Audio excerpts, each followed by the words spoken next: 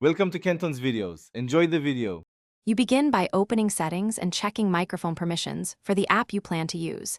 This ensures the phone can access audio hardware. Once done, restart the device to clear transient software glitches, then record a simple voice note to confirm failure. If audio is still missing, remove any case or screen protector and blow gently into the mic openings to remove dust. Make sure you are testing each mic port, because many phones have 2 or more mics. Now focus on software. Force stop the app and clear its cache. This removes corrupted temporary files that block audio capture. Next, boot into safe mode. If the mic works there, a third-party app is the culprit, so uninstall recent additions. Use a built-in diagnostic or a trusted test app to isolate which microphone fails, because many phones have multiple mics for calls and noise cancellation.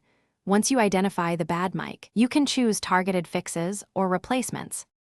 Finish by updating the system and all audio-related apps. Updates often include firmware or driver fixes that restore microphone function.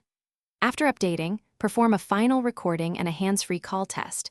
If the mic still fails, decide between professional repair or a plug-in external microphone via USB-C or Bluetooth as a reliable workaround.